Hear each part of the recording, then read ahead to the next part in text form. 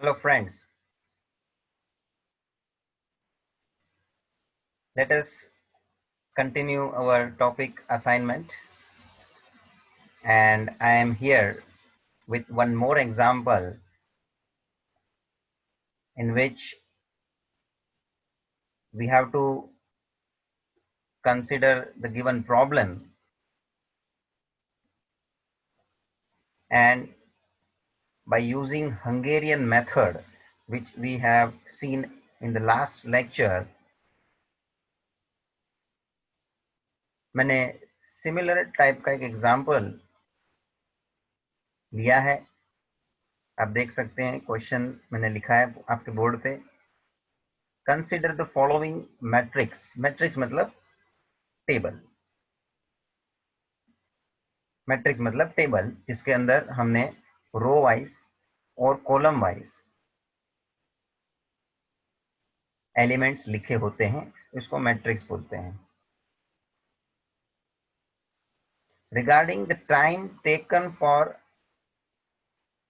The jobs by 3 workers, it is given. आप देख सकते हैं टेबल में कि टोटल 3 जॉब है और 3 वर्कर है।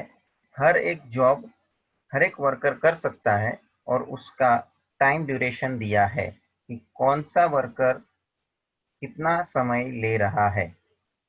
Now we have to decide कि कौन सा जॉब कौन से वर्कर को हम देंगे ताकि तीनों काम तीनों जॉब कंप्लीट करने के लिए मुझे मिनिमम टाइम लगे।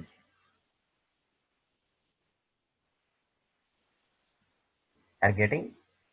So let us start with our solution part. Student याद करेंगे हम हंगेरियन मेथड के स्टेप्स। तो यूजिंग हंगेरियन मेथड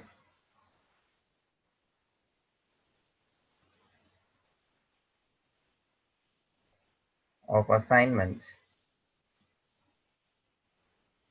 सबसे पहला स्टेप क्या है स्टूडेंट? ये एग्जांपल सॉल्व करने के बाद हम कुछ और बातें डिस्कस करेंगे, कारण मैंने कल लास्ट लेक्चर में बोला था कि कुछ बातें और मुझे वेराइटीज प्रॉब्लम में एक्सप्लोर करनी है। Let us start first this first step. Step number 1 क्या था? जरा स्टूडेंट ध्यान में रखना पड़ेगा, स्टेप्स वगैरह जो भी मैंने लिखवाया है। First step was row minimization, और इस स्टेप में क्या था तो कि हर एक रो में, जैसे हमारे पास यहाँ टोटल 3 रो है, फर्स्ट सेकेंड एंड थर्ड, ये तीनों रो में से हमें हर एक रो में मिनिमम एलिमेंट कौन सा है वो सिलेक्ट करना है। So in the first row minimum is 13। आपको चाहिए तो आप पहले अंडरलाइन कर लें या तो डायरेक्टली भी फटाफट कर सकते हैं। सेकेंड रो में मिनिमम है 7 and in third row we are having minimum value 16। Okay, अब फर्स्ट स्टेप आपको मालूम है, मैं थोड़ा रिपीट भी करता हूं और एक्सप्लेन भी कर देता हूं दोबारा। जो मिनिमम एलिमेंट है उसको उसी रो के सभी एलिमेंट में से माइनस करना है। जो भी मिनिमम एलिमेंट है उसको उसी रो के सभी एलिमेंट में से माइनस करना है, रिस्पेक्टिव रो। सो फर्स्ट स्टेप हमारा यहां बनेगा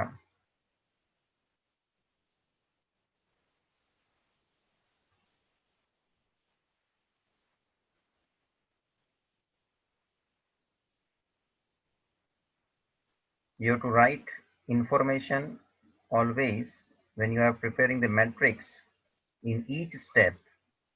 भाई साहब खाली एलिमेंट लिखना नहीं है, ये सब आजू बाजू का इंफॉर्मेशन भी बहुत जरूरी है to make it complete and proper.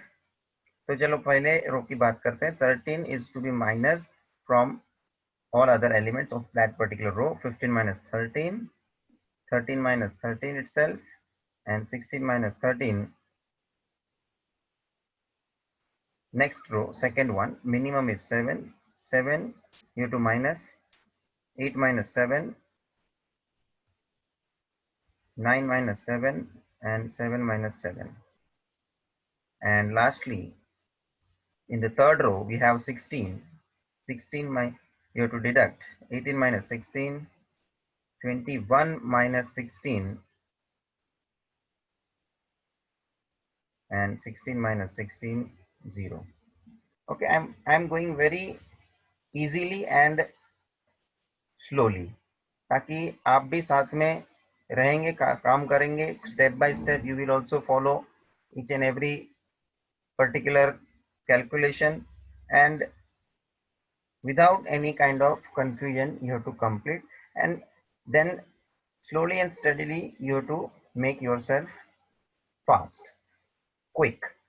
थोड़ा हमें reasonably speedy बनना है.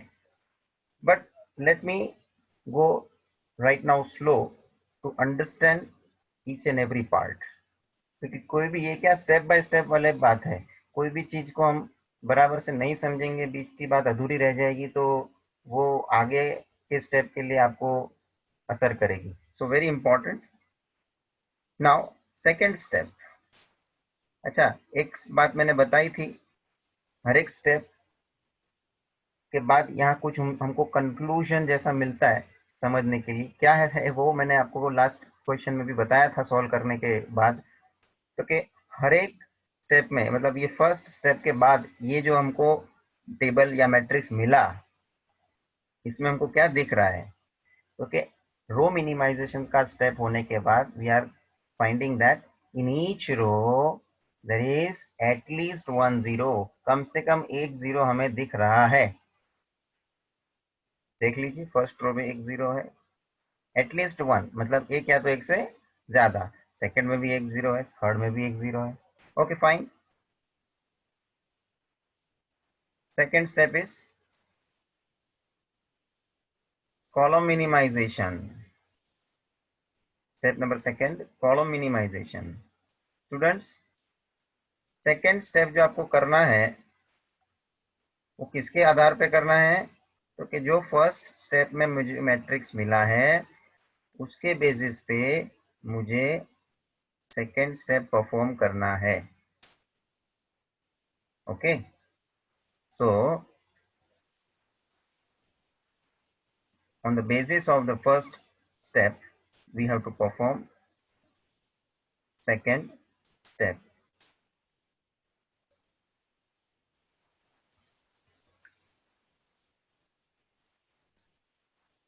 Okay, now you have to see column wise minimum value in each column. first column में minimum value कौन सा है जी?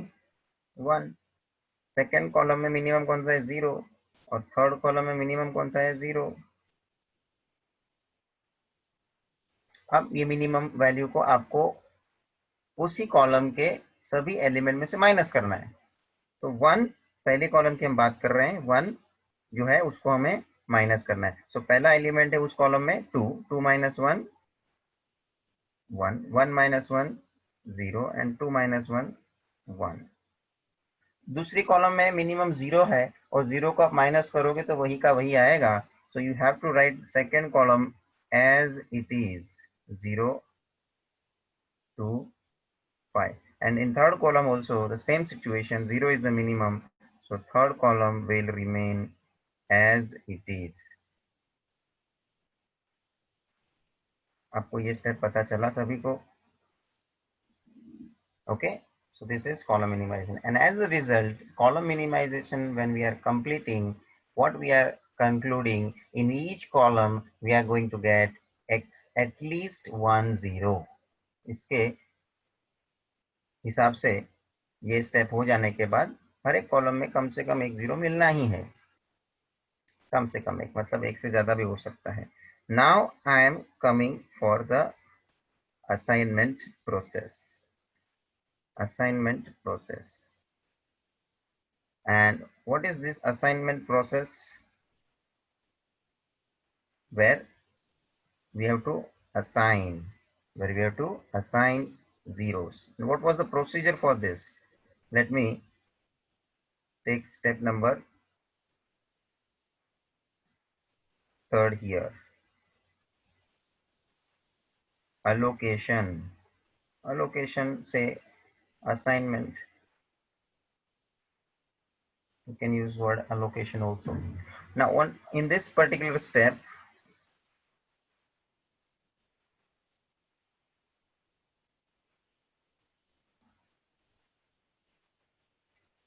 first of all, the same matrix what we have generated in step number 2, you please first of all take down as it is.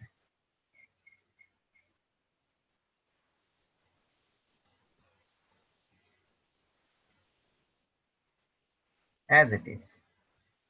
1, 0, 3, 0, 2, 0, 1, 5, 0. Okay. And now I am going to have assignment process. अभी उसके अंदर भी मैंने जो rule बताया है, जो explanation last lecture में हुआ है, उसके लिए हम रिपीट करेंगे वो पॉइंट. देखिए, हमें असाइन करना है 0 को, और वो भी क्या कंडीशन थी?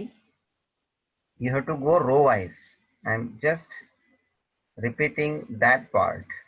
सी here it was the assignment वाला स्टेप था. यहाँ देखो, we have to start assigning exactly 10. आप लोगों ने भी लिखा होगा, जरा रेफर करिए बराबर. we have to start assigning exactly 10 row wise. First starting point क्या है? तो कि रो वाइज शुरू करना है. देखने के लिए पहले रो वाइज देखना है. सबसे पहला रो देखो, और क्या देखना है रो में? तो कि एग्जैक्टली एक जीरो है क्या? चलिए, फर्स्ट रो में एग्जैक्टली एक जीरो है, उसको आप असाइन करिए. अब जो जीरो आपने असाइन किया है, वो असाइन किया हुआ जीरो कौन से कॉलम में है? वो कॉलम को कैंसिल कर डालो. देखिए भाई, जो जीरो मैंने असाइन किया था वो जीरो जो है सेकेंड कॉलम में है, और वो पूरी सेकेंड कॉलम को मैंने कैंसिल कर दिया. चलिए, हमें रो वाइज आगे बढ़ना है. फर्स्ट रो की बात हो चुकी है. Now moving towards second row. Second row में एग्जैक्टली एक जीरो है क्या? तो कि नहीं है. यहाँ भी जीरो है, यहाँ पे भी जीरो है, दो जीरो है, नहीं चलेगा. एग्जैक्टली 10 मुझे चाहिए. कंडीशन क्या? एग्जैक्टली 10. एग्जैक्टली 10 नहीं है, इसलिए आगे बढ़ने का, नेक्स्ट रो पे आगे बढ़ने का. चलिए, नेक्स्ट थर्ड रो में एग्जैक्टली एक जीरो है क्या? है. देखिए भाई, एक ही जीरो है यहाँ पे, एग्जैक्टली एक जीरो है. सिलेक्ट कर लीजिए, असाइन कर लीजिए. और वो जीरो कौन से कॉलम में है? वो कॉलम थर्ड कॉलम है, उसको कैंसिल कर दीजिए. जा रही है गाड़ी बराबर एज पर द स्टेप. अब यहाँ थोड़ा आपको नया बात समझने मिलेगा. Please pay attention properly. मैंने फर्स्ट रो देख लिया, सेकंड रो देख लिया, थर्ड रो देख लिया, तीनों रो देख के हो चुका. Okay. Now we have to see column wise. Yes, this is a new point. Row wise देख के हो गया, खत्म हो गई तीनों रो.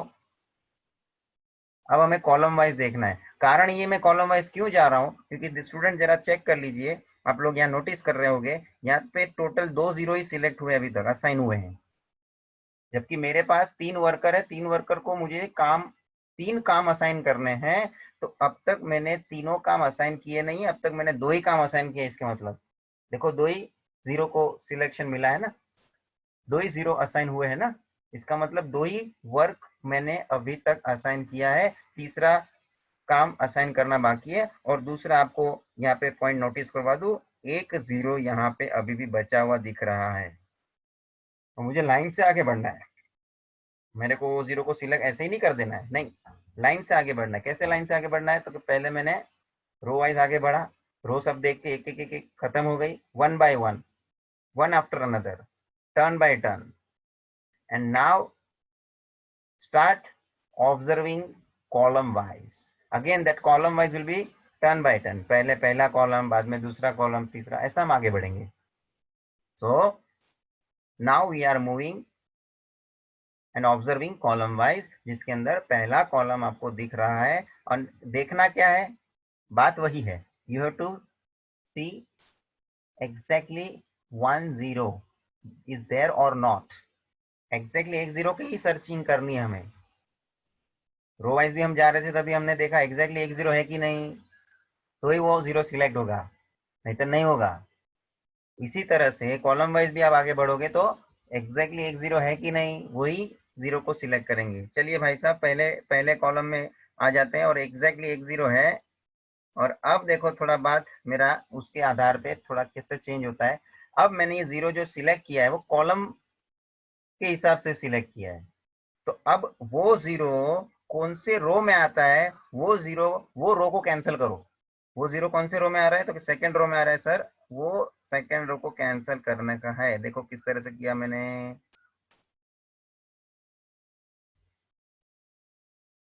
If selection is row wise, cancellation should be column wise. If selection is column wise, cancellation must be row wise. आपने row wise select किया है 0, तो कॉलम कैंसिल होगा, और कॉलम वाइज 0 कैंसिल हुआ तो रो कैंसिल होगा। भाई साहब बैठा लीजिए बराबर से सिस्टम। और ये 0 सिलेक्ट होने के साथ अब 3 0 सिलेक्ट हो गए हैं, 3 असाइनमेंट मतलब कि 3 अलोकेशन हो चुके हैं, जबकि रो और कॉलम की संख्या भी 3 है, मतलब कि हमारा सॉल्यूशन ऑप्टिमम हो चुका है। यहां मुझे इसी स्टेप के बाद कमेंट लिखना है, therefore here number of allocation और assignment is equals to number of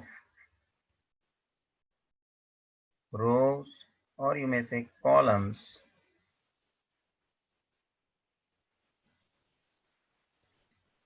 therefore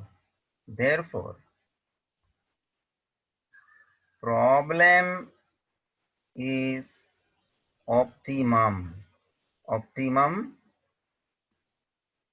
best और optimum solution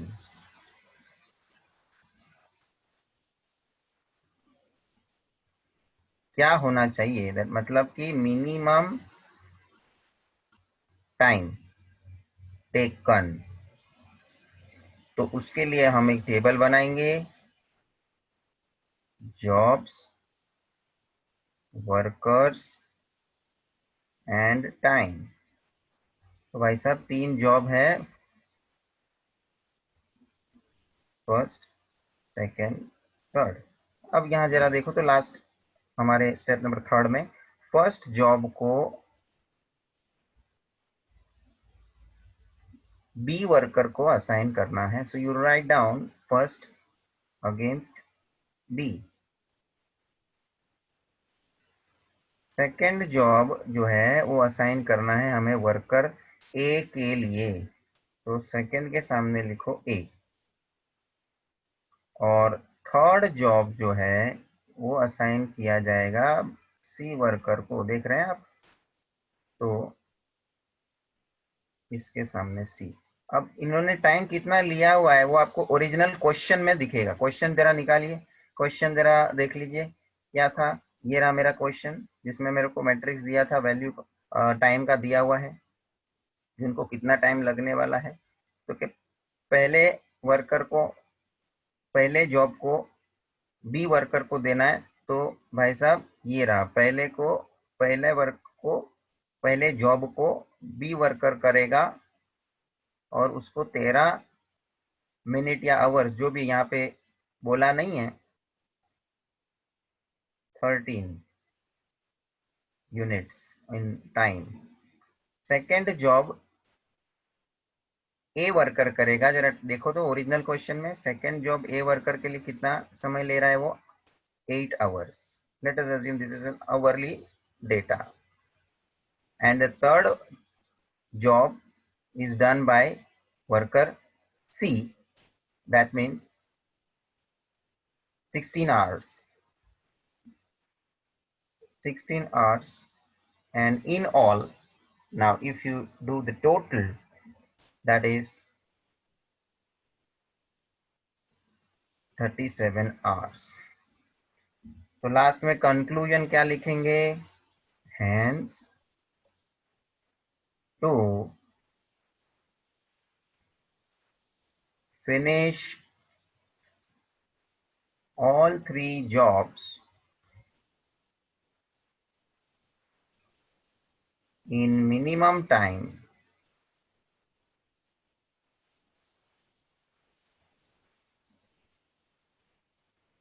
we require 37 hours. Or you may write the statement in other way also, that is minimum 37 hours is required to complete 3 jobs. That is minimum. Least मतलब 37 hours से और कम time हो ही नहीं पाएगा. 37 is the least minimum. तो student ये question last जो मैंने लेक्चर में एग्जांपल लिया था उसके कंपैरिजन में थोड़ा यहाँ मैंने एक्स्ट्रा बात किया है, क्योंकि वहां जो प्रॉब्लम था, देखिए आपके सामने मैंने वो प्रॉब्लम भी वापस से लेके आया हूँ. वहां जो प्रॉब्लम में मैंने असाइनमेंट का स्टेप जो किया था उसमें रो वाइज में ही तीनों जॉब का असाइनमेंट हो चुका था. यहाँ मेरे को कॉलम वाइज जाना पड़ा क्योंकि 2 ही 0 असाइन हुए थे. तो और रो ऑलरेडी रो वाइज मैंने देख के मेरा हो चुका था. अब रो तो बची नहीं है, तो रो 3 थे, तीनों 3 रो देख के हो गया. अब देखो कॉलम वाइज, वहां कॉलम वाइज देखने की जरूरत ही नहीं पड़ी क्योंकि रो वाइज देखने में ही तीनों 0 सिलेक्ट हो गए, असाइन हो गए थे. याद आ रहा है?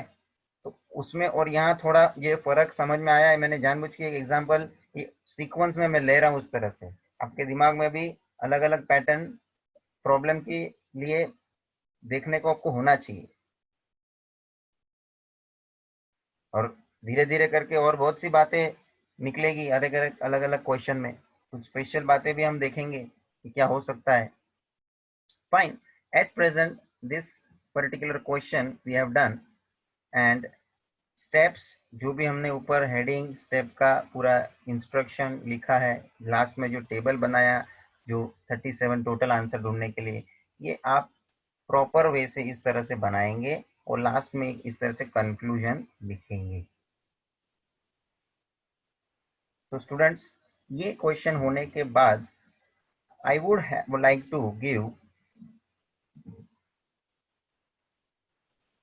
सम assumptions ऑफ हंगेरियन मेथड. देखिए हंगेरियन मेथड मैंने प्रैक्टिकली आपको बता दिया. हंगेरियन मेथड में और भी बहुत सारे कुछ पॉइंट्स आने बाकी है. मैंने बोला कुछ ऐसे स्पेसिफिक स्पेशल पॉइंट्स आएंगे आपके सामने, उस तरह का एग्जाम्पल मैं रखूंगा तो आपको मालूम पड़ेगा कि नहीं कैसे हम अलग अलग एग्जाम्पल से डील कर रहे हैं. जैसे मैंने फर्स्ट एग्जाम्पल दे लिया और उसके सामने आपको सेकंड एग्जाम्पल दिख रहा है. थोड़ा जो फर्क आया कॉलम वाइज भी देखने मिला आपको, ये थोड़ा बहुत फर्क आपको जो महसूस हो रहा है because of their is a variation in the question pattern. तो वो एग्जाम्पल आप पूरा सॉल्व करेंगे तभी उसमें वो आपको बाद में देखने को मिलेगा ऐसा पॉइंट. ऐसा नहीं पहले से वो रहेगा देखने को. When you solve step by step, एक एक स्टेप के अंदर वो नया नया पॉइंट मुद्दा आपको देखने को मिलता है. So students, I am now discussing assumptions of Hungarian method. Please you give heading in your notebook, assumptions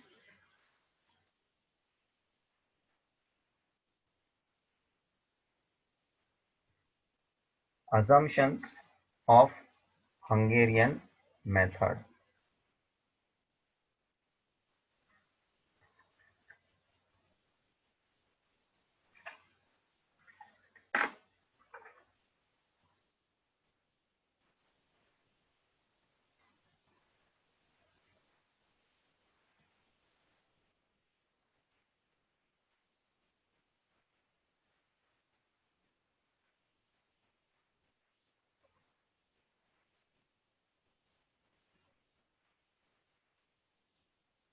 assumption number 1।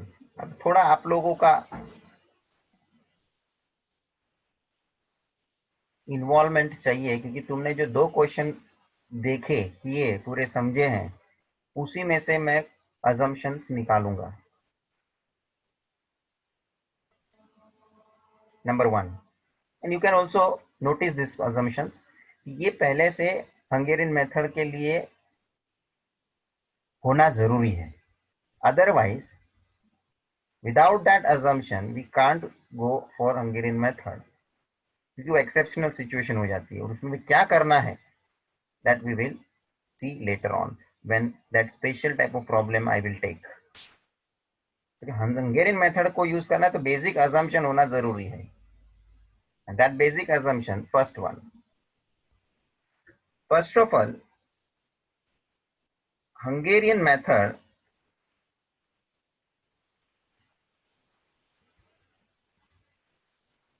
always solves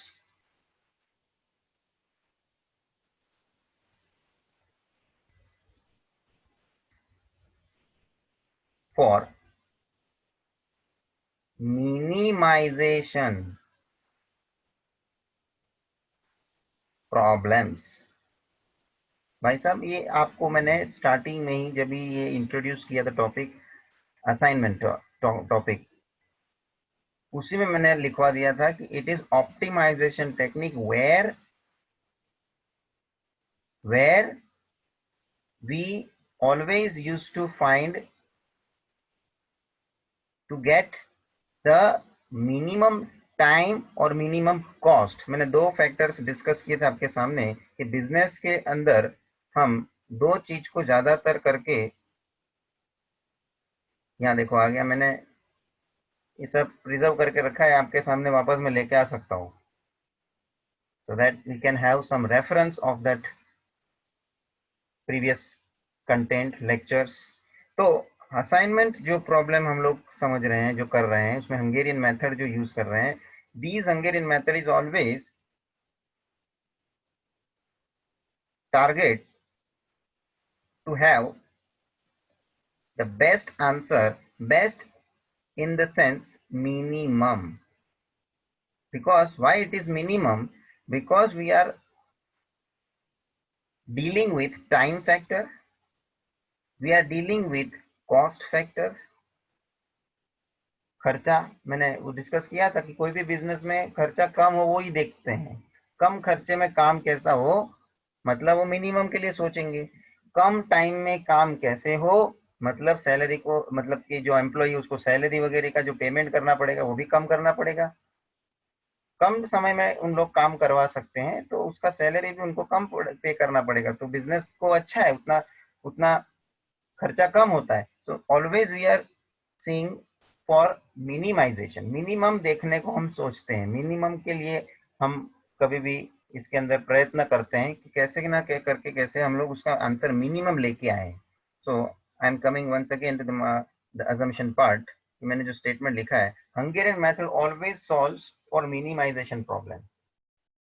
जैसे एग्जाम्पल के तौर पे लिखना है तो लिख दीजिए, example it should be targeting to time element, it should be for cost.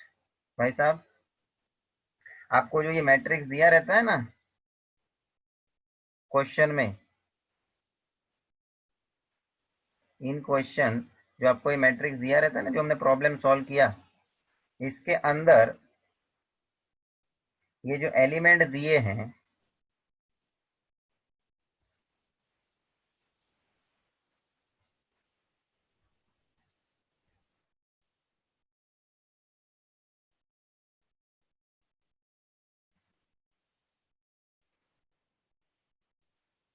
ये एलिमेंट कुछ भी हो सकता है, मैं अभी जनरल मॉडल बना रहा हूं आपके लिए।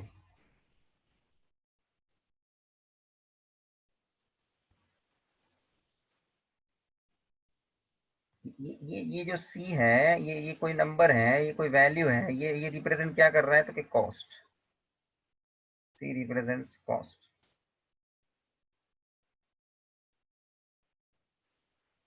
इससे क्या पता चलता है, तो कि ये ऐसे एलिमेंट लिए हैं, ये डेटा ऐसा लिया है, कॉस्ट के बारे में लिया है, मतलब कि कंपनी या बिजनेस को उसको क्या करके लेना है, मिनिमम करके लेना है।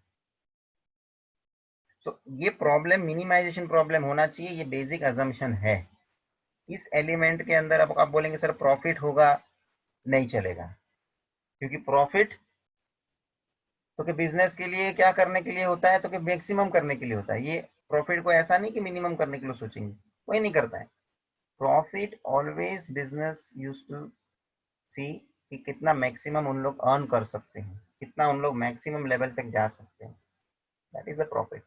We are not dealing with profit here, and nor in the problem profit would be available. लेकिन एक स्पेशल केस आएगा, I will discuss in that. हम लोग जानबूझ के प्रॉफिट देंगे, फिर क्या करने का, कैसे करने का, उसका भी रास्ता खुलता है। हंगेरियन मेथड का जो बेसिक अजम्पशन है वो बोलता है प्रॉफिट नहीं होगा, लेकिन उसके एक्सेप्शनल सिचुएशन में प्रॉफिट देख के भी उन लोग बोलते हैं कि हंगेरियन मेथड सॉल्व करके बताओ। तो वो एक एक्सेप्शनल सिचुएशन हो गई, उसका हम रास्ता निकालेंगे और उसको भी हम हंगेरियन मेथड से करेंगे लेटर ऑन। टाइप वाइज मैं आगे बढ़ूंगा। तो ये एक अजम्पशन हो गया कि ये क्वेश्चन जो आपको दिया रहेगा, it will be obviously for minimization. Second assumption,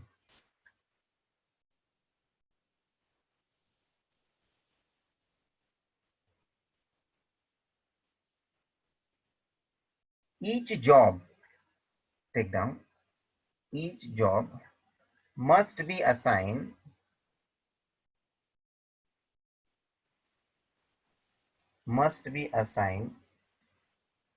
to one and only one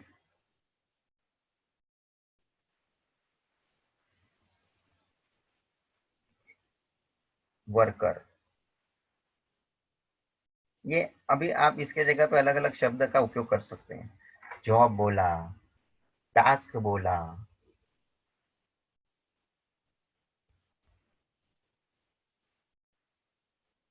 worker के जगह पे एम्प्लॉय बोला, कॉन्ट्रैक्टर बोला। जॉब के लिए मैंने बोला ना कि भाई वर्क है, टास्क है, कॉन्ट्रैक्ट्स है, वो अलग अलग शब्द है तो वो जॉब हो, ये तो वर्क है ना। तो बस मेन स्टेटमेंट समझिए, शब्द अलग अलग आप समझ सकते हैं, कितने भी अलग अलग वे से हम लोग लिख के दे सकते हैं। जॉब एक वर्कर को ही असाइन होना है। ऐसा नहीं कि भाई एक वर्कर को मैंने 2 जॉब दे दिया, तो भाई साहब ऐसा हो सकता है कि कोई वर्कर ऐसे खाली बैठेगा, नहीं चलेगा। कोई वर्कर को खाली बैठने देने वाला नहीं हम लोग। कंपनी में कोई उन लोगों को बैठने का पगार नहीं देता है, फैक्ट्री में उन लोगों को खाली ऐसे आराम करने के लिए पगार नहीं मिलता है। वर्कर को काम करने के लिए पगार मिलता है, पैसा मिलता है। तो हमें हर एक वर्कर को एक एक जॉब असाइन करना है, बस। मतलब एक वर्कर को 2 जॉब असाइन नहीं होगा। आप जब ये असाइनमेंट करते हो तभी जरा कभी देख लेना कि ये देखो, ये वर्कर जो है वो, उसमें ए वर्कर को एक ही जॉब मिला हुआ है, देख लो, सेकंड जॉब। और ए वर्कर को दूसरा एक एक से ज्यादा कोई जॉब दिया ही नहीं है, देख लो। वैसे ही बी वर्कर को भी एक ही जॉब दिया है, देखो। और सी वर्कर को भी एक ही जॉब दिया है, देखो। जो आपने प्रॉब्लम में देखा है वही अजम्पशन में मैं लिख रहा हूँ, भाई साहब आप जरा केयरफुल रहिएगा। और इसलिए मैंने प्रॉब्लम पहले सॉल्व करवा के लिया, ताकि ये सब मुद्दे आपके सामने पहले से ही दिमाग में बैठ गए होते हैं। अब आप अजम्पशन देखो, क्योंकि अजम्पशन की बातें मैं विदाउट प्रॉब्लम करता तो हो सकता है कि आपको वो मालूम नहीं है, तब तक आप वो स्टेटमेंट भी नहीं समझ पाओगे। अब ये स्टेटमेंट आप इसलिए समझ भी पा रहे हो कि आपने क्वेश्चन में ये सब मुद्दे को किया हुआ है, and therefore you can have proper understanding. Fine. तो ये 2 अजम्पशन जो है वो बहुत ही जरूरी है समझने के लिए, जो हंगेरियन मेथड के बारे में हम लोग।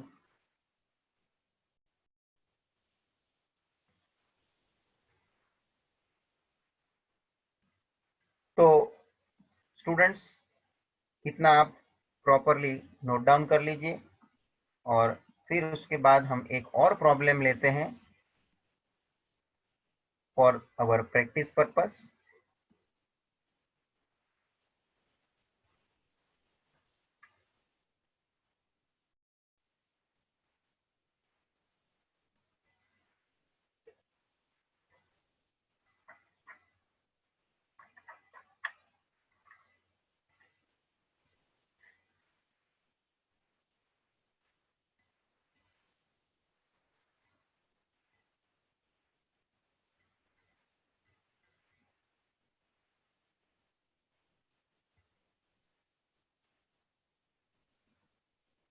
Moving to the one more assumption, इतना आपने नोट डाउन कर लिया होगा।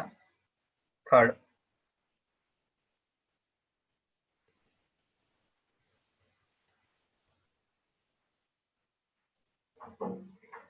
Hungarian method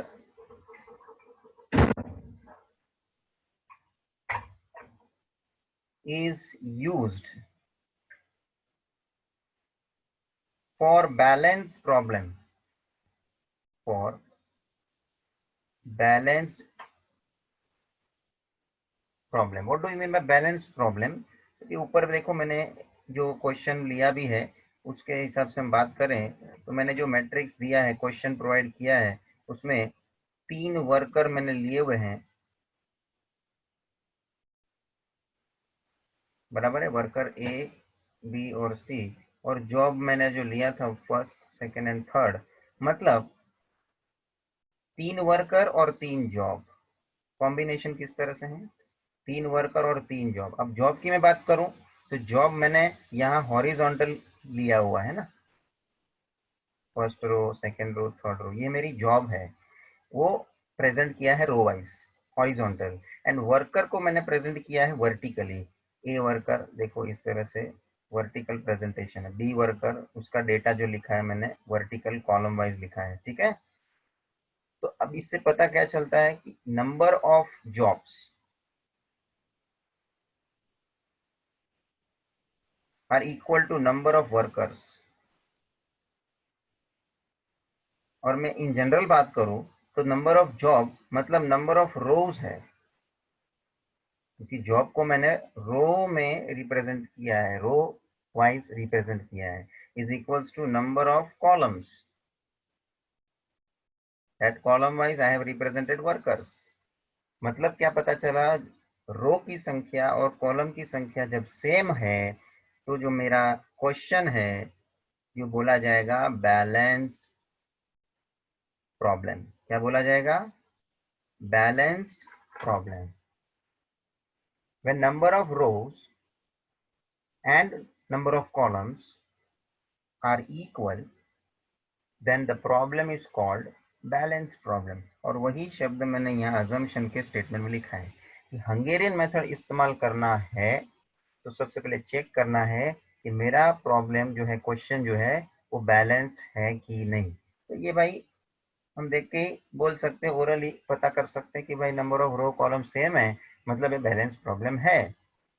second assumption, first assumption का बात करो तो उसमें भी हमको हमको क्वेश्चन पढ़ के पता चल जाता है कि क्वेश्चन में टाइम का इंफॉर्मेशन दिया है, कॉस्ट का इंफॉर्मेशन दिया है। तो सीधी बात है, ये मिनिमाइजेशन के क्राइटेरियाज हैं, मतलब कि प्रॉब्लम मिनिमाइजेशन है, हंगेरियन मेथड यूज कर सकते हैं। ये ओरली चेक हो जाता है, मतलब क्वेश्चन पढ़ के। कभी कभी उन लोग मैट्रिक्स जो दिया है, क्वेश्चन जो दिया है, उसी में ऊपर लिख के वो कॉस्ट वगैरह या टाइम वगैरह ऊपर ही लिख के दिया रहता है, मतलब उससे ही अपने को डायरेक्ट हाईलाइट भी हो जाता है कि नहीं क्वेश्चन किसके बारे में रिप्रेजेंट हुआ है, it is regarding time, regarding cost etcetera. तो पता चलना ही है। मगर ये सब बातें छोटी छोटी, before you start Hungarian method you need to confirm, क्योंकि हंगेरियन मेथड की अजम्पशंस हैं, जो अजम्पशंस के हिसाब से क्वेश्चन नहीं है तो हम रेगुलर इस तरह से सॉल्व नहीं कर पाएंगे। लेकिन अजम्पशंस है, बराबर से सेटिस्फाई हुए हैं, तो हम Hungarian method step by step perform कर सकते हैं। Students, so you need to check these particular assumptions। और लास्ट में मैंने बताया कि जो आपका assumption, जो आपका असाइनमेंट हो रहा है, सेकेंड पॉइंट की बात कर रहा हूं मैं, कि एक वर्कर को एक ही जॉब असाइन होनी चाहिए। ये रेशियो है 1:1, हम बोल सकते हैं one work must be assigned to one and only one worker, that's it।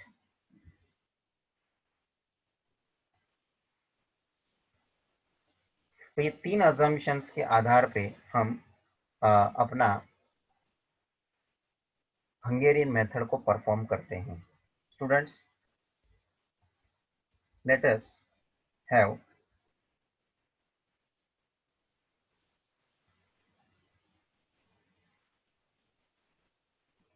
a question based on this for a practice purpose.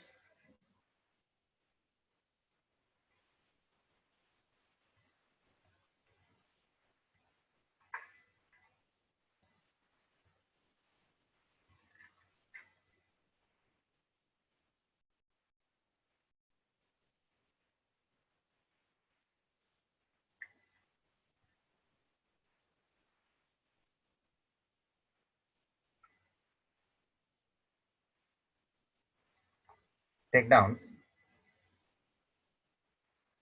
हमारा example number 3rd.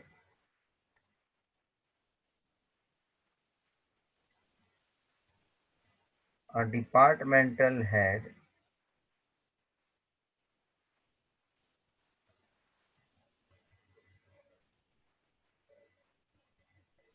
has 4 subordinates.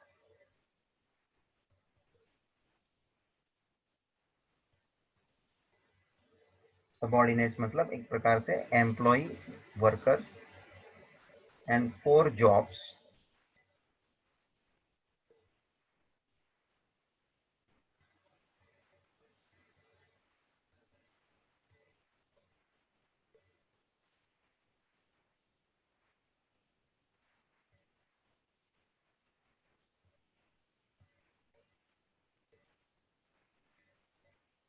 Estimate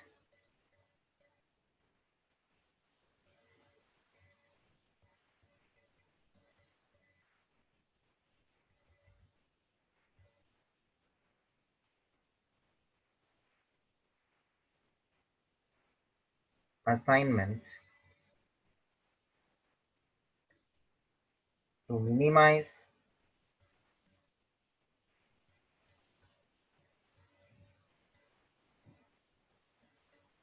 requirement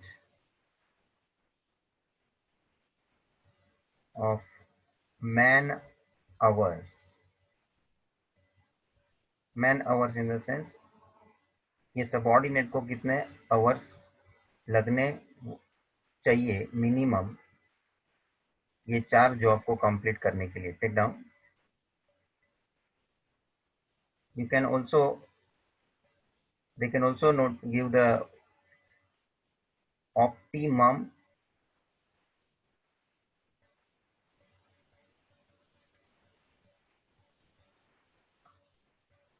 assignment. आपको problem दिया हुआ है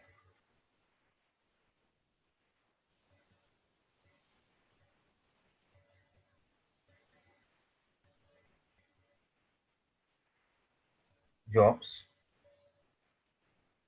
It is given processing time in hours. Processing time in hours. And jobs first, second, third, fourth. And here the subordinates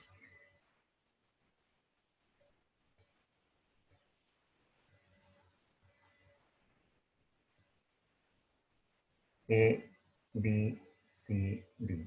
अब student हम इस question को assumption से भी थोड़ा कंपेयर करके फिर आगे बढ़ते हैं.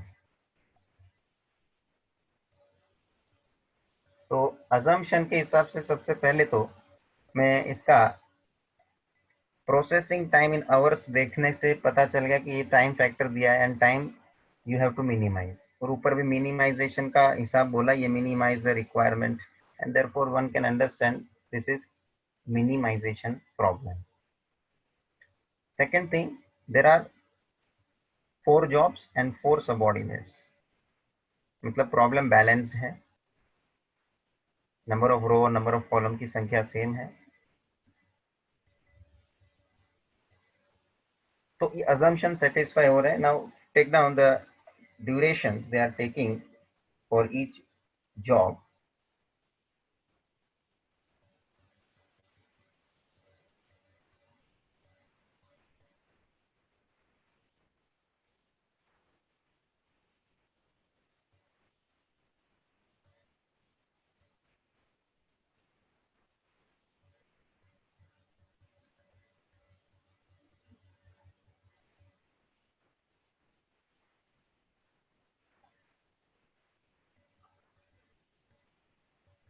Okay, so let us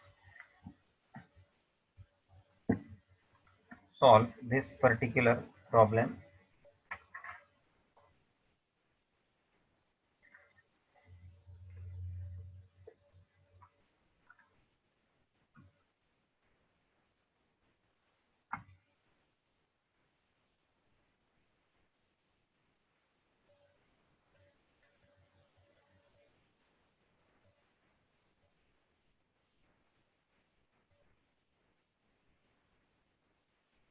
Using Hungarian method of assignment. देखो अभी नंबर ऑफ रो कॉलम की संख्या मैंने जानबूझ के बढ़ा भी दी है, उससे कोई फर्क नहीं पड़ता, आपको तो स्टेप्स वही फॉलो करने हैं। स्टेप नंबर 1, रो मिनिमाइजेशन।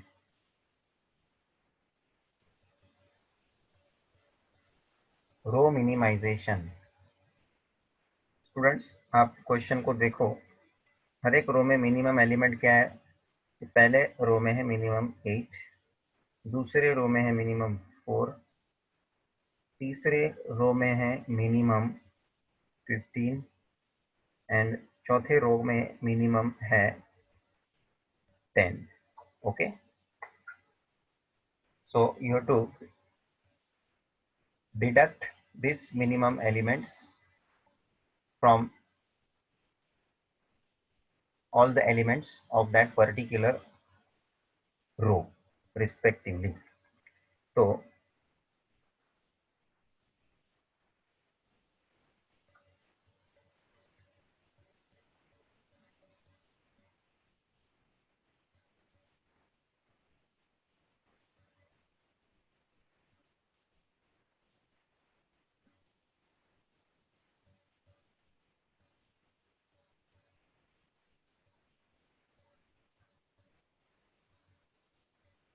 jobs, ये सब हेडिंग वगैरह लिखना जरूरी है।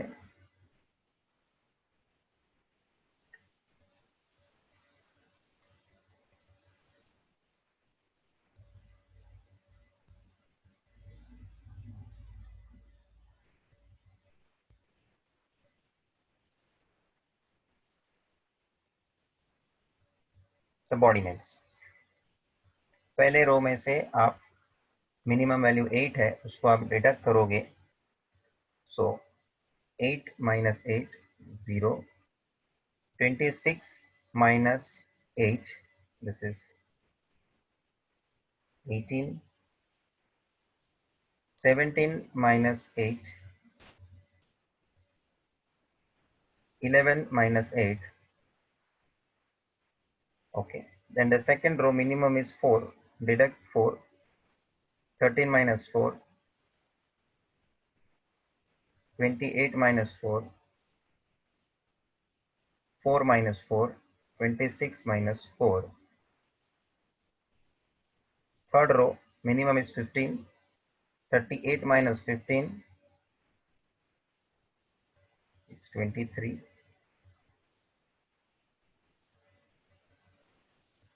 19 minus 15, 18 minus 15 and 15 minus 15 0. In the last row the minimum is 10, 19 minus 10, 26 minus 10, 14 minus 10 and 10 minus 10. As a result we are getting at least 1 0 in each row. देख लीजिए सभी रो में कम से कम एक 0 आ चुका है। Now coming to the step number 2, column minimization. Column minimization on the basis of first step, जो मुझे मैट्रिक्स मिला है उस पे से ही हमको ये सेकंड स्टेप परफॉर्म करना है, ओरिजिनल क्वेश्चन को देखना नहीं है। अब मेरा कॉलम मिनिमाइजेशन का क्या मतलब है? हर एक कॉलम में जो मिनिमम वैल्यू है उसको आप बाकी के एलिमेंट में से माइनस करोगे। फर्स्ट कॉलम में मिनिमम है 0, सेकेंड कॉलम में मिनिमम है 4, थर्ड कॉलम में मिनिमम 0 और फोर्थ कॉलम में मिनिमम है 0. सो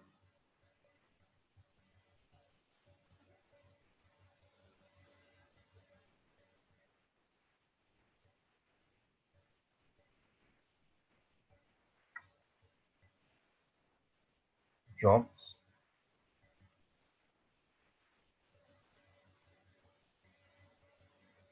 and here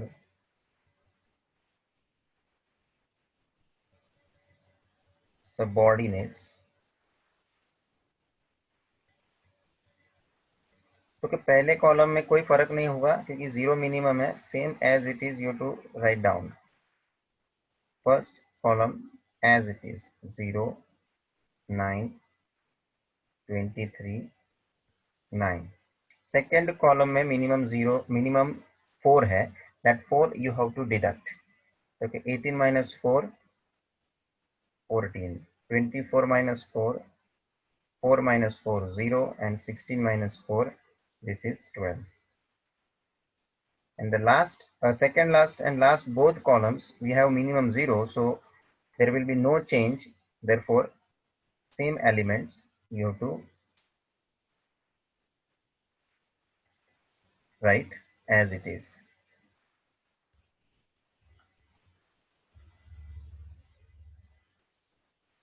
Okay, so this is my step number second is completed. And as a result we are getting in each column at least 1 0 available. Okay, moving to the next particular step.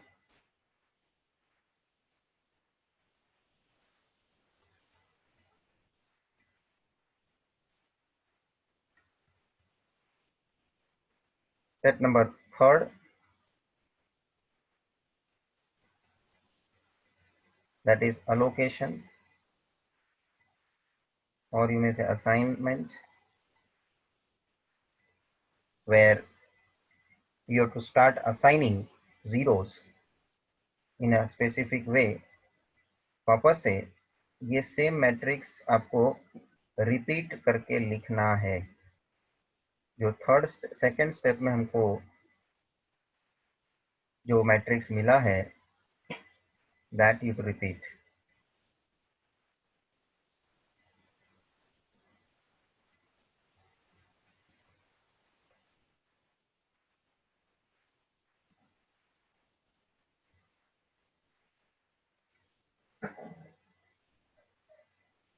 Zero 14 9 3 9 20 0 22 23 0 3 0 9 12 4 0. So now ready for having allocation. चलिए row wise देखना शुरू करना है. और आपको मालूम है exactly एक 0 होगा तो ही उसको सिलेक्ट करना है, नहीं तो नहीं. एग्जैक्टली एक 0 होगा तो ही वो 0 को सिलेक्ट करना है, नहीं तो नहीं. तो पहले रो में एक 0 है. Select. Selection is to be done row wise. And जो 0 मैंने सिलेक्ट किया वो 0 कौन से कॉलम में है वो कॉलम को क्या कर देना है, कैंसिल कर देना है. Then moving to the next row. Second row exactly एक 0 है, यस है. Please select that 0. Selection is done row wise. वो 0 जो कॉलम में है वो कॉलम को कैंसिल करो. भाई साहब थर्ड रो की बारी है. थर्ड रो में 2 0 दिख रहे हैं मुझे, नहीं चलेगा, आगे बढ़ो. फोर्थ रो एग्जैक्टली एक 0 है, यस. Select it. एंड वो 0 फोर्थ कॉलम में है, वो फोर्थ कॉलम को कैंसिल करो. मेरा कैंसिलेशन हुआ है, वो तीसरा कैंसिलेशन हुआ है, मुझे पता चल रहा है. मैंने नंबर भी दिया है. भाई साहब रो वाइज देख के हो चुका है. अब मेरा बारी है कॉलम वाइज. क्योंकि चारों चार रो सर आपने देख लिए बारी बारी से. Now it is time to see column wise. पहला कॉलम तो देखना ही नहीं है क्योंकि पहला कॉलम कैंसल्ड ही है। सेकंड कॉलम देख लो। सेकंड कॉलम में एक जीरो, एग्जैक्टली एक जीरो है, यस, सिलेक्ट इट। एंड जो कॉलम वाइज सिलेक्ट हुआ है तो वो जीरो जिस रो में है वो रो कैंसिल होगा। सिलेक्शन रो वाइज है तो column cancel, selection column wise है तो रो कैंसिल। भाई साहब मेरा चार, यहाँ चौथा नंबर आ गया। इससे मुझे पता चलता है कि मेरे चार जीरो अलोकेट हो चुके हैं, और चार जीरो अलोकेट होने का मतलब है allocation is 4, number of row and number of column is also 4, मतलब मेरा सॉल्यूशन क्या हुआ, optimum. Here number of allocation is equals to number of rows or columns, therefore problem is optimum।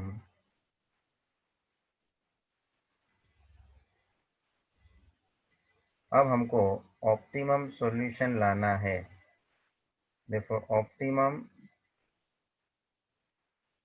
Solution, optimum solution के लिए table बनाना है, subordinates and jobs. And here particularly question में देखो तो अपने को information processing time in hours दिया है, सो प्रोसेसिंग टाइम ब्रैकेट में आवर्स।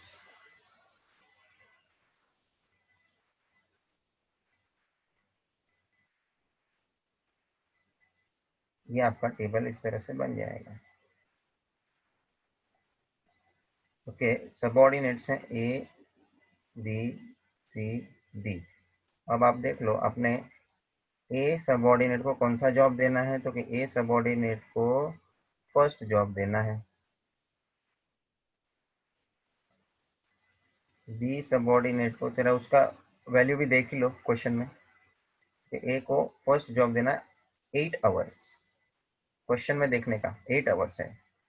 बी सबऑर्डिनेट को कौन सा जॉब असाइन होना है, तो कि देखो यहाँ मैंने कौन सा जीरो असाइन किया है, थर्ड जॉब, मतलब बी को थर्ड जॉब असाइन हुआ है। बी के लिए थर्ड जॉब 4 आवर्स,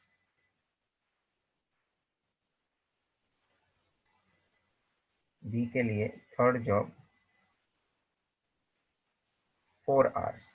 सी के लिए कौन सा जॉब है, सी के लिए सेकेंड जॉब है, सी के लिए सेकेंड जॉब है। तो जरा देख लो क्वेश्चन में, सी के लिए सेकेंड जॉब के लिए कितना ड्यूरेशन है, 19 आवर्स। सी के लिए सेकेंड जॉब 19 आवर्स।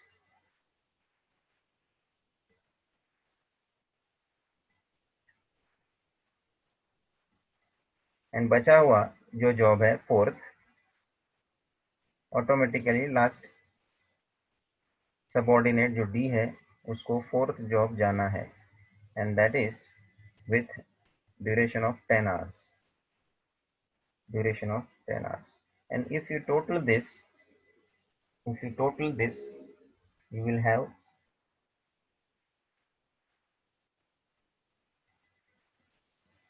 41 hours। भाई साहब ये मिनिमम वैल्यू तुमको मिल चुका है, because Hungarian method gives the least answer. When you apply Hungarian method it is going to give you minimum answer. तो स्टूडेंट्स यहाँ जो हमने ये आंसर लाया है उसके लिए हमें स्टेटमेंट में लिखना है, hence minimum time taken to finish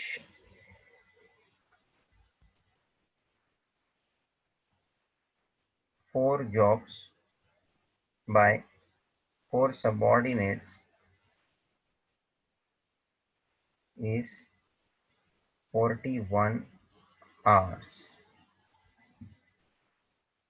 students अब आपको लगेगा कि अब हमें सम करने में समय भी कम लग रहा है, because all the detailed steps वो आपके दिमाग में है और आप उसको बराबर से परफॉर्म कर पा रहे हो, तो काम फास्ट होना ही है। हाँ, कैलकुलेशन में ध्यान रखने का, वो माइनस जब हम कर रहे हैं कहाँ ना कहाँ वो स्टूडेंट्स का मिस्टेक होता है और उसके कारण गड़बड़ होता है आगे। तो माइनस करने के टाइम थोड़ा प्रॉपरली करना है काम, ताकि मिस्टेक आगे कैरी फॉरवर्ड ना हो।